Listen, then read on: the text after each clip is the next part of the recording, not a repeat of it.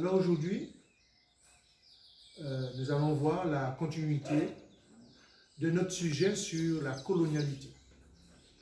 J'ai eu beaucoup d'interprétations, d'interpellations également sur cette question-là. Normalement, je devrais vous parler de la colonialité du savoir. Mais je vais quand même clarifier pourquoi comprendre l'enjeu de la décolonisation et l'enjeu de la décolonialité. Je rappelle que le colonisé, il est formaté par le colonisateur qui a introduit dans son éducation le formatage de toutes ces sciences. Par conséquent, le colonisé, il a la pensée de son colonisateur dans la tête. Et il ne voit que la vision du colonisateur. Et on sait très bien que le colonisateur, sans être raciste, c'est un blanc. Donc, dans mon pays, la Martinique, je le dis pour que tout le monde puisse le comprendre, mais il a un autre nom aussi, Maratanacus. C'est un nom, c'est un héritage africain de 14 000 ans avant Christophe Colomb. Donc, Maratanacus est sous tutelle coloniale française depuis 4 siècles et demi. Il y a un enjeu aujourd'hui pour la question de la décolonisation de la Martinique. Donc, Maratanacus. Tout notre pays est fragmenté par le savoir colonial. C'est-à-dire que nous avons des universités, enfin, il y en a une tout au moins, qui transmet le savoir colonial. J'appelle ça la science coloniale. Et d'ailleurs, la colonialité, c'est une science. C'est une science de la domination. Donc, je disais que les lycées, les collèges, l'école primaire, dès la maternelle, vous êtes éduqués à penser coloniser. Vous êtes éduqués à penser l'éducation du colonisateur, c'est-à-dire l'éducation blanchie. Par conséquent, lorsque vous regardez bien, le savoir progressiste colonial vous amène à des pensées socialisantes, occidentalisantes, des pensées révolutionnaires. Vous savez, par exemple, la science du prolétariat, la science également des formes de lutte comme le trotskisme, le stalinisme, le maoïsme, etc., etc. Tout ça vient de l'Occident. Mais en fait, ce savoir ne vient pas de nous-mêmes. Et je le redis ici, présentement. Regardez ma couleur. Je reviens d'Afrique. Même si ma migration n'est pas naturelle, mais elle a été forcée, je n'ai pas changé pour autant de couleurs. On m'a appris africain. Je suis ici en tant qu'Africain. Par conséquent, je ne veux pas rester dans le formatage des colonisateurs, des esclavagistes. Je suis venu ici en tant qu'humain, avec un savoir, un héritage savant, même luminant, de mes ancêtres africains.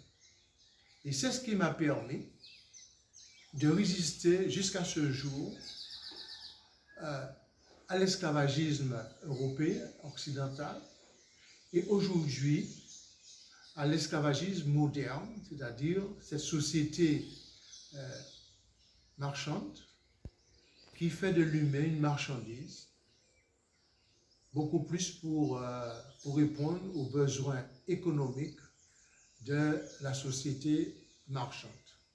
Alors il faut bien comprendre les enjeux. Aujourd'hui, nous luttons avec le paradigme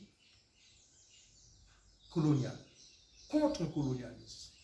C'est-à-dire que nous faisons une lutte à rebond. Automatiquement, la syndicalisation que nous faisons en Martinique, elle est dans la pensée coloniale.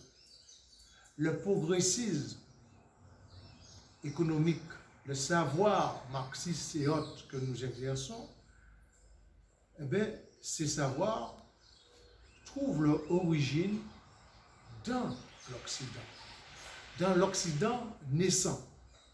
Par conséquent, nous avons occulté notre science, nous avons occulté les savoirs africains. Et pourtant, c'est ce savoir africain qui a libéré et qui a donné Haïti.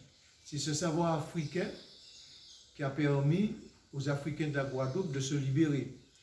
Et c'est même ce savoir africain qui a permis, le 22 mai 1848, aux Africains de Martinique de se libérer de cet esclavagisme. Alors je voudrais rappeler ça, parce que les gens m'ont dit qu'en fait, ils ne voient pas l'intérêt de ce mot. C'est une sémantique nouvelle, parce que tous les pays qui ont pris soi-disant leur indépendance, ils n'avaient qu'un modèle, le modèle du savoir du colonisateur.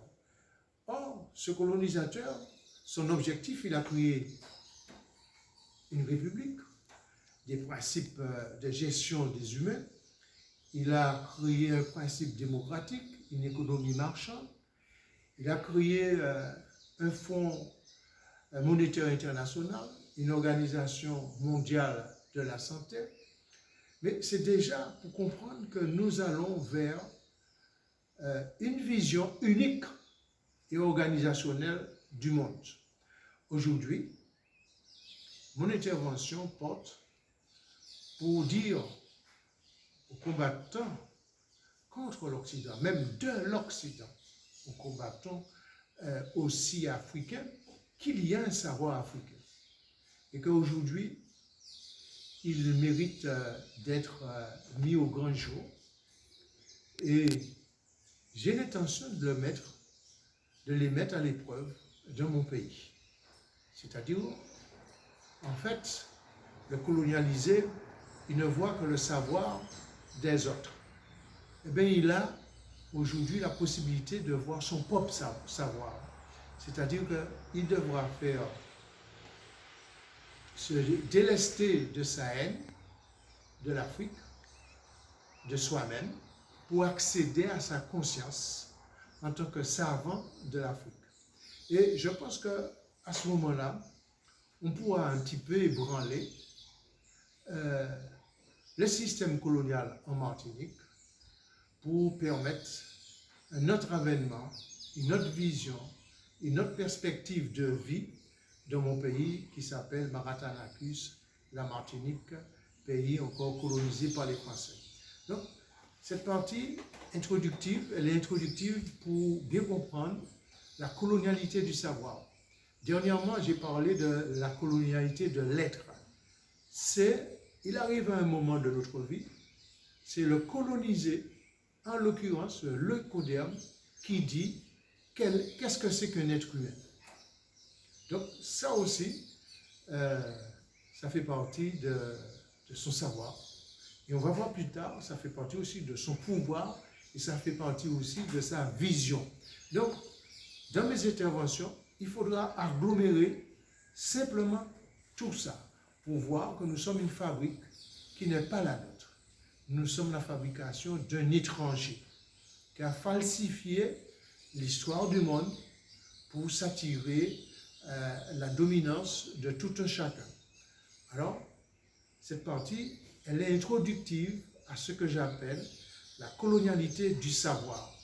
Et vous allez voir que l'humanité, elle est tellement diversifiante, il faut prendre en compte tous les savoirs des uns et des autres, des continents, des des autres civilisations. Ce n'est pas possible de vivre avec un seul savoir. Donc j'appelle ceux qui vont m'écouter à rester à l'écoute et de faire preuve d'une très grande pertinence pour comprendre la dialectique de mes propos qui sont d'actualité. Parce qu'aujourd'hui, avec le Covid-19, nous sommes à l'épreuve du nouvel ordre mondial. Et si nous n'avons pas la capacité savante à réagir, eh bien, on va se mettre sur un esclavagisme mondial. Alors, merci de votre attention et restez à l'écoute. Merci bien.